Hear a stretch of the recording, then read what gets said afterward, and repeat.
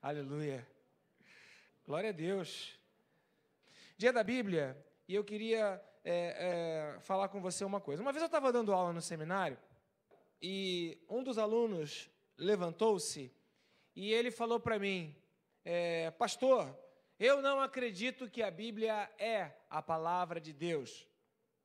Eu acredito que a Bíblia seja um livro que contém algumas coisas de Deus, mas que ela não é a palavra de Deus. E aí começou a discutir a origem da Bíblia.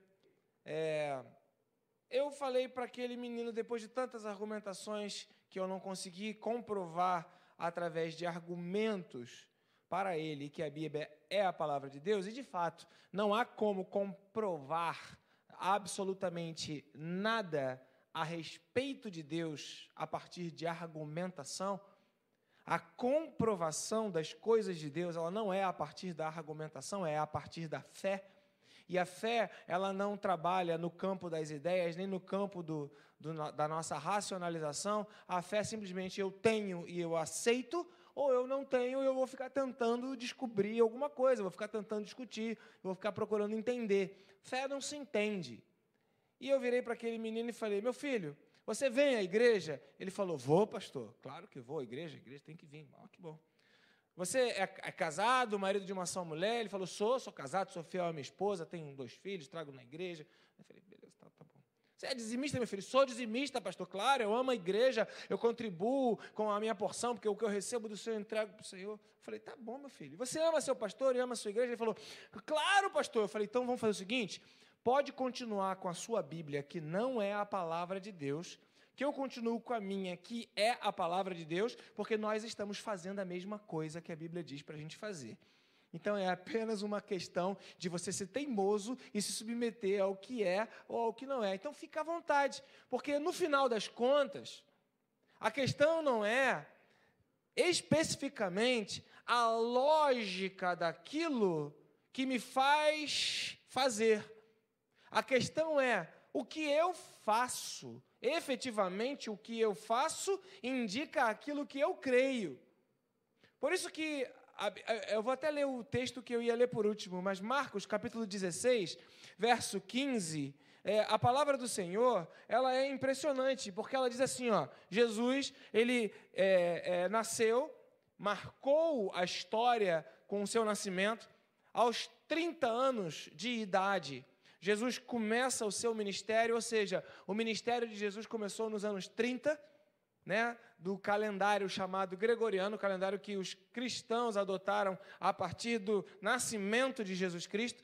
Então, nos anos 30, Jesus começou o seu ministério. Aos 33 anos, Jesus agora está chegando ao fim do seu ministério. E ele morre, ele ressuscita, ele tem essa experiência divulgada para cada um dos seus discípulos, e ele vira para os discípulos, aqueles que acreditam nele, que seguem a ele, e diz, vão pelo mundo todo e preguem o evangelho a todas as pessoas. Pode continuar, verso 16. Quem crer e for batizado será... Vamos repetir? Repita comigo. Quem... Ok, diz aqui no texto, quem crer e for batizado será salvo. Precisa ser uma pessoa perfeita para ser salvo? Sim ou não? Precisa ser santo para ser salvo? Precisa ser uma pessoa que vem na igreja todo domingo para ser salvo? Embora seja muito bom vir. Precisa ser uma pessoa que não tem uma vida promíscua para ser salvo? Sim ou não? Não! Quem crer e for batizado será salvo. Precisa ser uma pessoa perfeitinha, bonitinha, arrumadinha, igual o seu pastor para ser salvo? Não! Pode ser um mal amanhado aí, todo mal arrumado, eu não vou citar, enfim. Mas pode ser qualquer tipo de pessoa, qualquer tipo de gente para ser salvo. Porém,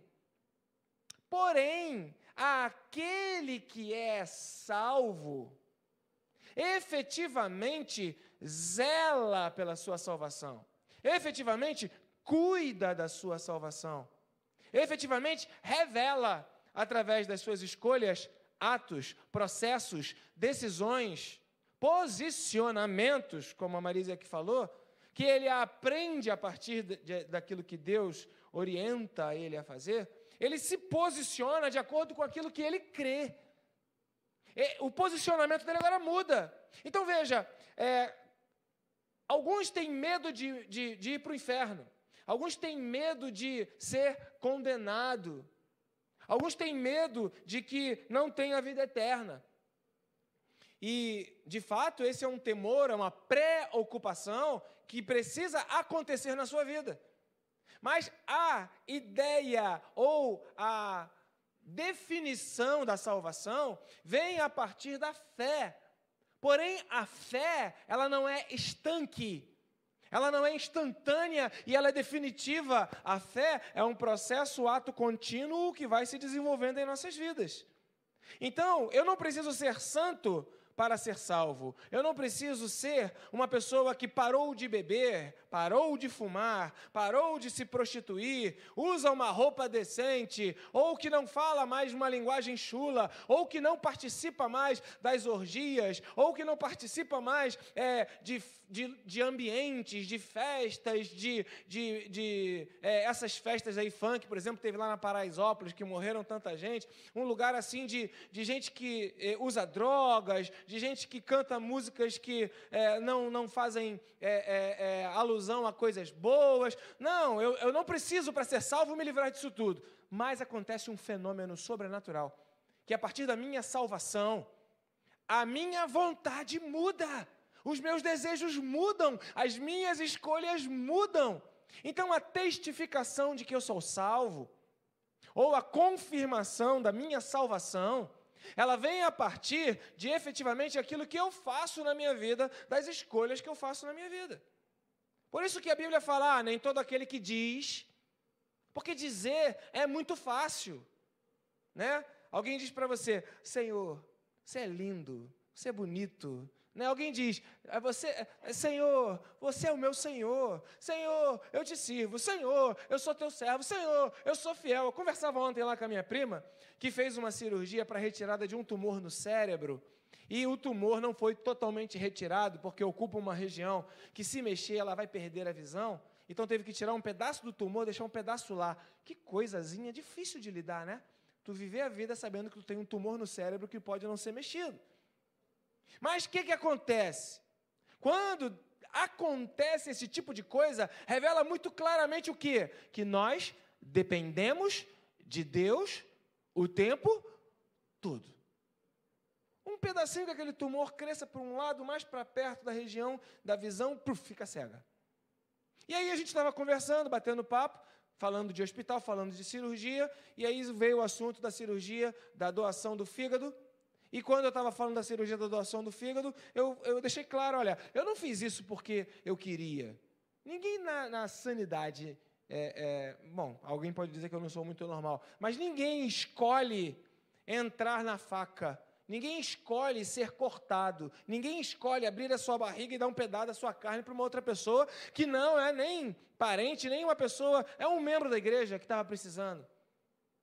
Mas, quando vem a voz de Deus e quando vem a revelação daquilo que Deus quer para a minha vida, eu vou agora ficar confrontado. O que eu faço? Vai ser de acordo com aquilo que eu creio. Quem crer e for batizado será salvo. Jesus não dificulta a salvação. Jesus não dificulta, Ele facilita. Por quê? Porque Ele sabe que a gente não vale nada. Ele sabe que a gente é pó. Ele sabe que nós somos pessoas que têm dificuldade de se posicionar. Então, o que Ele fez? Ele entregou a sua vida na cruz. Ele entregou a sua existência para ser destruída, morta. A morte que substitui a nossa morte. E a gente, apenas acreditando nele, já tem direito à salvação. E aí eu me aproprio dessa salvação. Em Filipenses, capítulo 2, versículo 12, O apóstolo Paulo, quando escreve essa epístola, ele fala, você precisa desenvolver a sua salvação. Você precisa manter a sua salvação. Você precisa, então, revalidar a sua salvação. Você precisa confirmar aquilo que você acredita. Porque a salvação, ela não é estanque, aconteceu, é igual casamento. E exatamente a mesma coisa. O Marcos e a Juliana casaram. Uma coisa linda, um casamento, os dois se olham, são maravilhosos. Agora, se no dia seguinte, aquela cerimônia, aquela coisa bonita, aquela festa, né, aquele vestido, aquela roupa, e não houver uma confirmação do amor que declararam no dia anterior, acabou o casamento? Se uma semana depois daquela cerimônia linda, ou da lua de mel que eles estão fazendo agora, quando voltarem, se não houver uma confirmação daquele casamento, acabou o casamento. E o tempo passa, e você precisa confirmar aquilo que você escolheu, confirmar aquilo que você decidiu, porque aquilo que você não confirma, se perde. Então, eu confirmo que eu amo a vida da minha esposa, Adriana Moraes, que se tornou Pereira por minha causa, muito obrigado por isso, né? E eu confirmo que eu escolho casar com ela de novo hoje. E isso me faz ser casado hoje, casado de verdade, casado de fato. Por isso que o casamento não fica chato, por isso que o casamento não fica enfadonho, por isso que há uma paciência, por isso que há parceria, por isso que há cumplicidade, porque há uma escolha. Na minha relação com Deus e na minha fé com Deus também. Quem crê, eu criei, eu fui batizado, eu aceitei Jesus. Cheguei todo do jeito que eu cheguei. Ninguém tem direito de exigir que aquele que chega para Jesus, chega perfeito, porque você vai chegar para Jesus como você vai chegar para Jesus. Agora, à medida que você crê em Jesus, e à medida que você continua crendo em Jesus, à medida que você mantém a firmeza da sua decisão, como Daniel decidiu, aos 15 anos ele decidiu não se contaminar com aquilo que lhe era oferecido, que facilitaria a vida dele, mas trocaria a sua fé de lugar, ele decidiu não se contaminar, aos 80 anos ele estava lá, firme no propósito. Mesma coisa foi o cachorro, que é a tradução de Caleb, que foi lá e olhou a terra prometida e falou, dá para a gente ganhar. E ninguém acreditou, ele foi voto vencido, ficou chateado, mas depois, aos 80 anos, ele volta e fala, dá para a gente ganhar, porque a mesma firmeza que eu tinha antes, eu tenho hoje. Então, veja, a firmeza da fé, ela vai fazer com que a vida mude, vai fazer com que a vida transforme, vai fazer com que a gente escolha coisas conforme a nossa fé. Então como é que você sabe se você é salvo ou não é salvo? Pelas escolhas que você faz na sua vida. Elas vão, né, como diz Tiago, elas vão definir da forma, formatar de forma concreta aquilo que você é. Ok? Então quer dizer que quando eu peco, ou quando eu faço escolhas erradas, ou quando eu tropeço no caminho, eu perdi a salvação? Não, porque aquele que nasceu de novo, ele não vive na prática do pecado. Não é a questão de erros pontuais, falhas pontuais, problemas pontuais, mas é uma questão da prática contínua e deliberada do pecado. É o que Paulo diz lá em Romanos capítulo 5. Permaneceremos no pecado, nós que para ele morremos, para que a graça de Deus ela seja ainda maior? De modo nenhum. Como é que eu vou permanecer fazendo coisas que desagradam a Deus? Eu fui salvo, eu creio. Então eu não vou fazer. Então pode ser até que eu faça. E aí Paulo ele fala em outro texto, diz, olha, eu sou um cara que eu não me sinto tão feliz comigo mesmo, porque eu faço as coisas que eu não quero fazer. Porque o que eu quero fazer é viver para a glória de Deus. Eu sou um homem, mas graças a Deus que Jesus me compreende nisso. E aí a graça de Deus está sobre a minha vida. Portanto, nenhuma acusação há para aqueles que estão em Cristo Jesus, o nosso Senhor. Amém, queridos? E o livro de Hebreus, que também há uma discussão da autoria, mas subentende-se aí, alguns estudiosos dizem que foi Paulo, outros acham que foi Apolo, ele diz o seguinte, cuidado para você não insultar o Espírito da graça. E o que é insultar o Espírito da graça? É jogar na conta de uma misericórdia de Deus, de uma compreensão de Deus, aquilo que você continua fazendo de forma contínua, constante, como se pudesse fazer e não modificasse as coisas. Mas, efetivamente, o que a gente faz modifica a nossa natureza. Então, eu estava conversando lá com a minha prima e falando sobre essa coisa de cirurgia, falando sobre essa coisa de doença. Aí, daqui a pouco, chegamos no assunto da minha mãe, Dona Zila. Quantos conhecem a Dona Zila aqui, a mãe do pastor? É uma senhora abençoada, que ela tem um ponto de desequilíbrio, por isso que ela anda assim, às vezes, de lado, né? Mas é uma fofa, minha mãe, no sentido literal da palavra, uma fofa mesmo. E estavam comentando lá que, a Cristina estava comentando com a Daniela, que ela vai na farmácia e a pessoa da farmácia fala, eu estou com fome, não deu tempo de eu almoçar hoje. Ela vai em casa, frita o bife, faz uma marmitinha. Minha filha, trouxe aqui para você comer. Quem é a pessoa da farmácia? Né? E assim vai. E leva comida para um, e leva água para outro, e conhece todo mundo, e fala com todo mundo. E isso flui do coração dela para os outros. Agora, as pessoas que recebem esses benefícios merecem? Com certeza não. Mas quando ela faz isso, ela está fazendo uma escolha. Fazendo uma escolha de ser uma pessoa diferente de todas as outras. Porque a Bíblia fala, né? Dente por dente. Quebrou meu dente? Eu quebro o teu.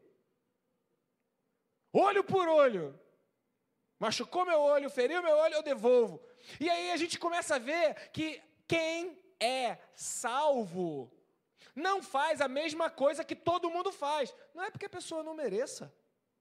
Não é porque não tenha o direito de fazer. Não é porque... É porque agora crê. E aí faz diferente.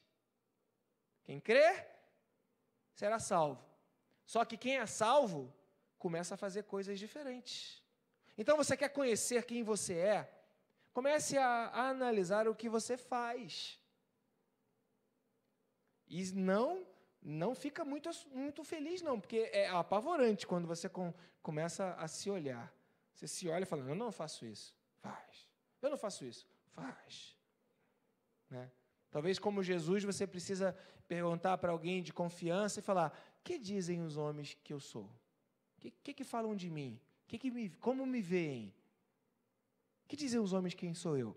Porque, de repente, eu estou achando que eu estou abafando, mas estão me vendo de uma outra forma diferente. Então, aí a gente começa a ver, quem crer e for batizado será salvo. Ok, eu sou salvo. E você revela essa salvação, porque se você não me mostrar, através do que você faz, a tua fé, que é o que Tiago fala, essa sua fé não tem sentido, ela é uma fé...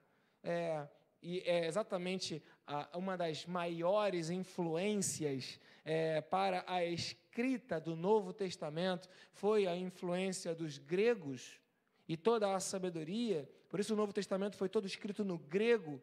E os gregos, eles vinham ali de Parmênides e Sófocles e Sócrates e Platão e aquele mundo do pensamento, aquela subjetividade. E Tiago fala, se você não pega o que é subjetivo e transforma em algo concreto, não existe o que você diz que existe. Se você não traduz em ação aquilo que você julga acreditar, tu tá se iludindo. Você está fingindo.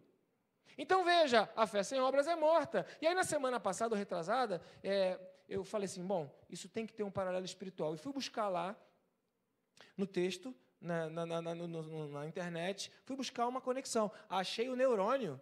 E por que eu estou lembrando disso? Porque o neurônio, os 85 bilhões, para quem ainda tem todos, alguns perderam uma boa parte dos neurônios, sobretudo aqueles que... aí os neurônios que estão aqui no cérebro, eles estão na mesma região onde está o nosso pensamento, onde opera a palavra. Onde opera a palavra? A palavra, ela entra, é decodificada, os neurônios estão aqui, é no córtex cerebral, e o pensamento, o impulso, as atividades, elas são todas projetadas a partir do córtex cerebral que mandam para o corpo inteiro. Então a palavra, ela vem, ela gera em mim um pensamento e ela muda a minha forma de agir. Se a palavra não mudou a minha forma de agir, eu não recebi a palavra. Por isso eu creio, sou batizado, sou salvo, e a partir disso a minha vida é transformada. A minha vida agora já não é mais a mesma. O que não me incomodava, agora me incomoda. O que para mim antes era natural, agora para mim é antinatural. O que antigamente todo mundo fazia, agora, peraí, eu não sei se eu quero fazer ou não. Calma, peraí, porque eu até tenho direito, mas tem um monte de coisas que todo mundo faz, e agora eu preciso saber. Aí entra a Bíblia, porque como é que eu vou saber o que eu posso, o que eu não posso? Como é que eu vou saber o que agrada, o que desagrada? Como é que eu vou saber os parâmetros da minha fé? Então veja, existem muitos cristãos que têm um relacionamento com a fé mágico, místico, e que eu vou na frente, eu vou na igreja, o pastor ora e eu vou sair transformado. E aí vem à frente, o pastor ora e não é transformado, para e desiste de orar. Essa é uma fé mágica, não é uma fé bíblica. A fé bíblica, ela diz para você: ora sem parar de orar. Continua a orar. Persevera na oração. Jesus até propõe uma parábola para ensinar ao povo que deveriam orar sempre. Em certa cidade tinha um juiz iníquo que não se importava pelos homens, não fazia justiça. E naquela cidade havia uma pessoa que queria a justiça e ela batia a porta e o juiz ignorava. Até que um dia aquele juiz falou: eu vou atender essa mulher, mesmo que eu não queira saber dela, eu vou atendê-la. E aí Jesus fala: é desse jeito que vocês têm que entender a oração, vocês têm que perseverar, têm que insistir, vocês têm que buscar, vocês têm que ficar firme. E muitos crentes, porque não conhecem o parâmetro de como as coisas têm que ser feitas, ficam frustrados na relação da sua fé, na relação que tem com Deus, porque acham: eu vou na igreja, tipo Naamã, vou no profeta, e ele vai mexer a mão, e vai acontecer, e eu serei de lá curado. E aí, como Naamã, você vem na igreja, ouve uma palavra, não muda, você sai daqui, o teu saldo continua devedor? Você continua com um problema no casamento? Você continua com a sua dor nas costas? E o que é pior, existem igrejas que vendem estas soluções como se fossem soluções de um Deus mágico, que ainda complica mais o entendimento bíblico, porque se eu vou numa igreja cujo Deus é mágico, resolve tudo na hora, por um pequeno custo, resolve tudo na hora, eu vou até essa igreja então, e agora eu quero esse Deus mágico. E para essa mágica funcionar, eu tenho que contribuir, eu tenho que entregar, eu tenho que pagar. Que loucura! Tudo porque não conhecem a referência. O próprio Jesus fala: gente, tem muita coisa errada. Tem muita coisa errada. Sabe por que vocês erram? Porque vocês não conhecem as Escrituras. Errais porque não conheceis as Escrituras. Então, o que são as Escrituras? Hoje é o dia da Bíblia. As Escrituras foi um livro, na verdade, é uma biblioteca. É uma coleção de livros. Começa assim, começa com uma letra, ok? Aí vai crescendo. A letra você junta com outra letra, você forma uma sílaba. Muito bom. Uma sílaba. C com A faz? D com A faz? Muito bem. D com O faz? Dó. Aí eu pego essas sílabas, coloco uma do lado da outra. C com A faz? E S com A faz? K mais A faz? Casa. Aí eu desenho lá uma casa. Casa. Aí você começa a formar as palavras. Pronto, quem não era alfabetizado já saiu daqui alfabetizado hoje. Amém, queridos? Você tem a letra, você tem a sílaba, você tem a palavra. E aí agora você coloca uma palavra do lado da outra para dar um sentido maior. A casa é amarela. Agora eu tenho uma frase. E aí, quando eu coloco várias frases juntas, eu agora formei um texto. E quando eu coloco vários textos juntos, um do lado do outro, agora eu tenho um livro. E quando eu coloco um livro do lado do outro, agora eu tenho uma biblioteca. Você está carregando aqui nos 66 livros que compõem a sua Bíblia, na sua Bíblia, você está carregando uma biblioteca ambulante. 66 livros escritos aproximadamente durante 1.500 anos, sem internet, sem registro em cartório, com firma reconhecida. A Bíblia, ela foi escrita por mais de 40 autores diferentes. Quem escreveu não importa muito. O próprio apóstolo Paulo diz: eu vou lá e planto, Apolo vai lá e rega, cada um faz um pedaço. Nós não somos importantes. O que importa é que Deus é quem dá o crescimento. São 40 autores, eles existem. Eles existiram. É importante saber quem é o autor de cada livro da Bíblia? Não é importante, porque a Bíblia é um livro de Deus, não é um livro das pessoas. Toda a Escritura, ela é inspirada por Deus e ela é útil. Então, esse livro, ou essa biblioteca que você tem aqui com 66 livros, ela foi escrita durante 1.500 anos, aproximadamente, 40 autores diferentes. E aí você pergunta, mas onde a Bíblia foi escrita? A maior parte dela foi escrita na hora do sufoco. Sabe por quê? Porque o mesmo homem de hoje é o homem do passado. O que faz a diferença são as tecnologias que mudaram. Né? E segundo alguns autores que ontem eu fiquei a manhã toda estudando, essas tecnologias hoje são uma ferramenta do domínio do capital e dos poderosos.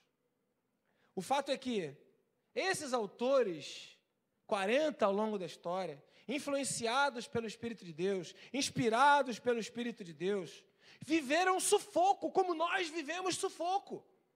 Só que ao invés de eles procurarem a solução em políticas, em revoltas, em desconstruções, sejam elas filosóficas, estruturais, sociais, porque essa ideia de desconstruir, ela é antiga. Por isso que soltaram Barrabás e crucificaram Jesus, porque Barrabás estava lutando para desconstruir o Império Romano, que fez o povo de Israel preso.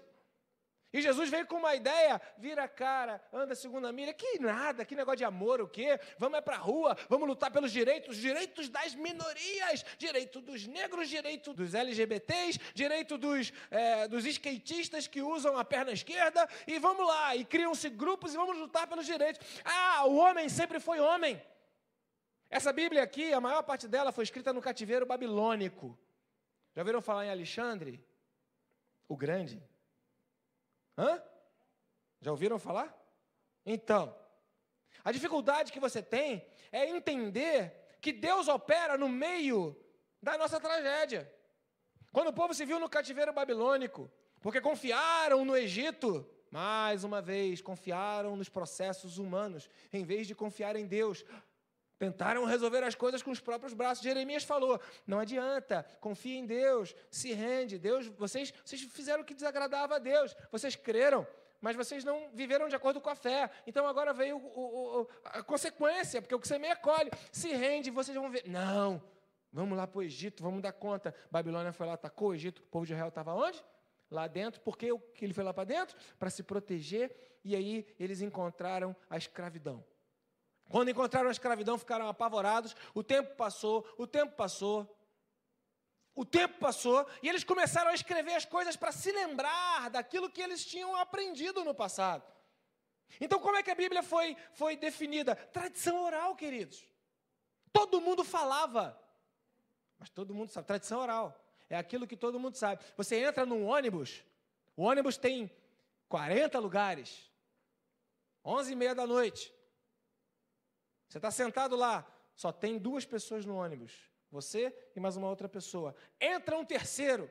Esse terceiro vem e senta do teu lado. Isso está escrito aonde? Esse pavor que dá. Onde é que está escrito isso? E você é assaltado. Onde é que está escrito isso? Tanto lugar o cara sentou. Tanto tem coisas que a gente não escreve, mas todo mundo sabe. Até alguns anos atrás, por volta de uns 30 anos atrás, teve uma peça de teatro que era Todo Mundo Sabe o que Todo Mundo Sabe. E era uma família interessante, porque era uma fofocada na família, na época que a gente podia ir no teatro, e era tudo ainda menos problemático do que é hoje. Mas todo mundo sabe o que todo mundo sabe. Aí você tem essa tradição oral. As pessoas sabiam. As pessoas sabiam. Se você pegar o livro A História dos Hebreus, do Flávio Joséfo, que não era crente, era um historiador, considerado por muitos o pai da história mesmo, a faculdade que eu fiz, faculdade de história, o pai da história, Flávio Joséfo, para alguns ele conta aquilo que historicamente todo mundo sabia. E uma das coisas impressionantes é ele falar, haviam 5 rios ali no lugar denominado Éden, aí dá o nome dos rios. Depois da queda de Adão, que era uma tradição oral, esses 4 rios continuam. Um rio saiu, um rio sumiu, desapareceu. Hã? Um rio, mas eram 5, agora são só 4, cadê o 5º? Aí a gente vai ler no Apocalipse, há um rio cujas correntes alegram a cidade de Deus, Deus está no meio dela, a cidade não mais será abalada, porque quando Deus ele voltou para o lugar da eternidade, o rio foi junto com ele. Por isso que a gente canta o corinho na igreja. Há um rio que corre do trono... Cantava, né? Do trono de Deus. A morada do Todo-Poderoso. Historicamente, Flávio Joséfo define isso no livro A História dos Hebreus. Tem outros livros, chamados deuterocanônicos, ou livros apócrifos, que não estão na Bíblia por um motivo... E o motivo é que eles não têm uma linguagem unificada, porque todos esses 66 livros da Bíblia, eles foram, de alguma forma, sentaram lá 70 ou 72 homens, num negócio chamado Septuaginta, eram 6 sábios de cada uma das 12 tribos de Israel, 6 vezes 12, 72, eles sentaram, pegaram tudo que todo mundo tinha escrito, e vamos fazer o seguinte, vamos ver os livros que apontam para a mesma história.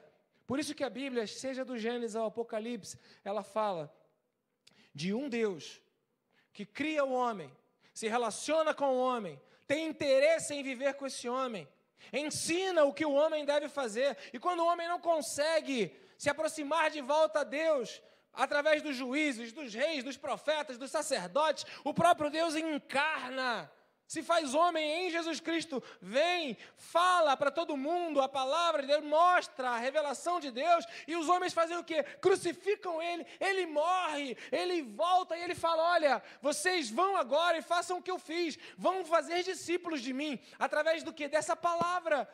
Mas se eu não conheço a palavra, como é que eu vou fazer discípulos? Se eu não conheço a palavra, como é que eu vou seguir a Jesus? Então veja, conhecer é muito mais do que ter acesso à informação. Conhecer é estudar. Eu fiz a prova ontem que me tomou 3 horas da minha vida, e por uma matéria que eu discordo, e que eu leio aquilo, eu vejo exatamente um processo do anticristo, claramente, porque são filosofias fundamentadas no homem e em como o homem resolve o problema do homem através da revolta do homem. Eu falo, meu Deus, não funciona assim. Eu estou falando com base dos estudos que eu fiz ontem, está fresquinho. Não funciona assim. Jesus é o caminho, Jesus é a solução, Jesus é a resposta, Jesus traz aquilo que nenhum homem traz, não adianta eu tentar buscar a solução no homem. Então, quando eu vejo isso, eu preciso saber o que esse Jesus tem para me dizer. E esses 72 homens sentaram, pegaram todos os livros, falaram, isso aqui tem a ver, isso aqui tem a ver, todos esses. Os outros podem até ser importantes, mas não vamos chamar de inspirados, porque se tem uma coisa espetacular, é que essas pessoas que escreveram, esses 40 autores, durante esses 1000 e poucos anos, escreveram o mesmo assunto sem se conhecer, a inspiração é a mesma. Tem algo sobrenatural nesse negócio. E esse negócio está pronto, entregue nas nossas mãos, revelado para a gente tem acesso e a gente sequer conhece. Por isso que quando eu vejo a Marisa aqui dando um testemunho falando, eu me expus à palavra e a palavra está satisfazendo a minha alma, alimentando a minha alma. Então, beleza, gente, funciona assim. Ou você vai se expor à palavra e a palavra vai alimentar a sua alma, ou você vai ter que se expor a alguma outra coisa para alimentar a sua alma. Tem para onde correr. Porque uma coisa a tua alma é faminta, a tua alma é sedenta, a tua alma tem sede. Alguns anos atrás a gente fez uma camiseta aqui, você tem sede de quê? Você tem fome de quê? Porque a nossa alma é sedenta. Jesus fala, vinde a mim, todos vós que estáis cansados, sobrecarregados e oprimidos, e eu vos aliviarei. Aprendei de mim. A Bíblia, ela é a possibilidade que eu tenho de aprender de Jesus. Porque a revelação da Bíblia fala, o verbo, a palavra, a ação, se fez carne e habitou entre nós e vimos a sua glória, glória como a do unigênito do Pai. Ou seja, a palavra de Deus, ou o projeto que Deus tem para a nossa vida, gente, o que é uma palavra, se não uma ideia? Eu estou pregando a palavra aqui nessa manhã, eu estou dando uma ideia para você. Eu estou te dando uma ideia. Agora, eu tenho uma ideia para te dar, você também tem uma ideia para me dar, e você tem outras ideias, outros projetos, outras vontades. A palavra de Deus é uma ideia, é um projeto, é uma vontade, é um negócio que entra assim, ó, faz aí, toma aqui, ó, faz aí. É isso que é a palavra de Deus, dividida aí nesses 66 livros. Por que a Bíblia ela fala tanto do povo de Israel? Porque dentro do processo de Deus, ele escolheu o povo de Israel, ele fez um chamado. Ele chamou Abraão e falou, sai da tua casa, sai da tua terra, vai para o lugar que eu te mostrarei, eu vou te dar um novo povo, e esse povo vai se relacionar comigo. E aí você tem a história do povo de Israel. Queridos, eu não sei você, mas aqueles que odeiam aos judeus, odeiam o povo hebreu, odeiam a Deus. Eu estava lá em Israel, entrei numa fila, e o judeu vai lá, ele fura a fila na maior cara de pau. É como se você fosse menos. Eles tratam as pessoas como se fossem menos. Essa revolta levou à morte de milhares de judeus. Eu trabalhei a minha vida inteira com um judeu. Eles têm um temperamento difícil. Mas Deus os escolheu. Odiar a história dos judeus, ter raiva dos judeus, detestar os judeus, é detestar a história de Deus, a história da Bíblia. E eu fico impressionado como que na história política da humanidade, muitos países odeiam o povo de Israel. Odiar o povo de Israel é odiar o povo que Deus escolheu para se revelar. Quem odeia o povo de Israel não consegue ler o Antigo Testamento, porque o Antigo Testamento é basicamente a história de um povo, que revela como Deus tratava o seu povo. E é impressionante, porque a gente olha para o judeu e fala, eles são soberbos, eles são irritantes, eles são isso, eles são aquilo. E eu sou o quê? Eu olho o defeito do outro, mas não consigo olhar o meu defeito. E aí Paulo fala, profundidade da riqueza, da sabedoria e do conhecimento de Deus, né? Que fez todos nós iguais. Em Jesus, todos nós fomos feitos iguais. Então, o monte, ele desterra. O outeiro, o buraco, ele tapa, até que todos fiquem nivelados no mesmo lugar. Não tem maior, não tem melhor. Antigamente, nós não éramos povo. Agora, nós somos povo. Como é que eu vou saber como Deus se relaciona com o seu povo se eu não conheço a Bíblia? E como eu vou crer se não há quem pregue? E como pregarão se não forem enviados? Então veja, a Bíblia, ela é a saída, a resposta, a direção, a solução. Não estou exaltando o livro. Uma vez, a Michele perguntou para mim, o que eu faço com a minha Bíblia, a minha primeira Bíblia?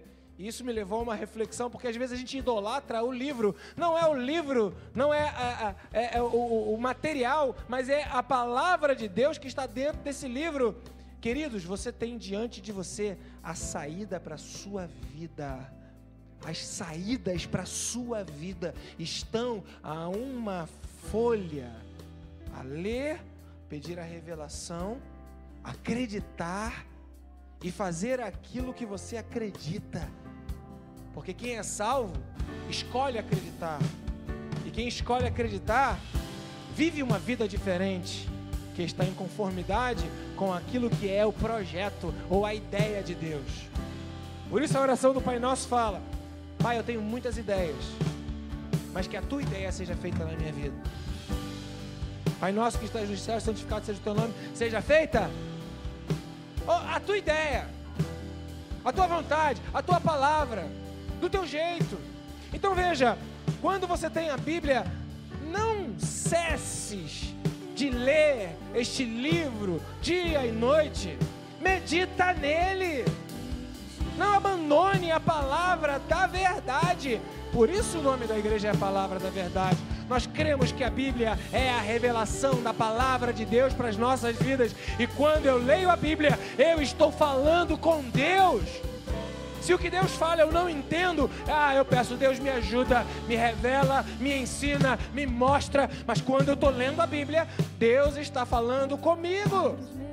Por isso é tão chato ler a Bíblia, porque a sua carne não quer ouvir de Deus. Mas por isso que quando você lê a Bíblia, você sente uma coisa diferente e boa. E quando você se expõe, você é transformado. Porque a Bíblia é a palavra de Deus. A proposta dessa igreja é uma proposta praticamente inviável para a nossa geração, que é pregar a Bíblia, quer dizer o que Jesus disse, quer falar o que Jesus falou, quer expressar o que Jesus expressou. Muitos entendem isso como julgamento, como atribuir culpa, como atribuir cobrança. Mas se a Bíblia diz isso, meu Deus, eu creio nessa palavra.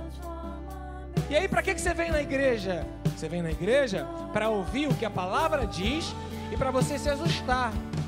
Eu não estou conseguindo ainda. Beleza. Problema? Vamos lá. Não tem problema.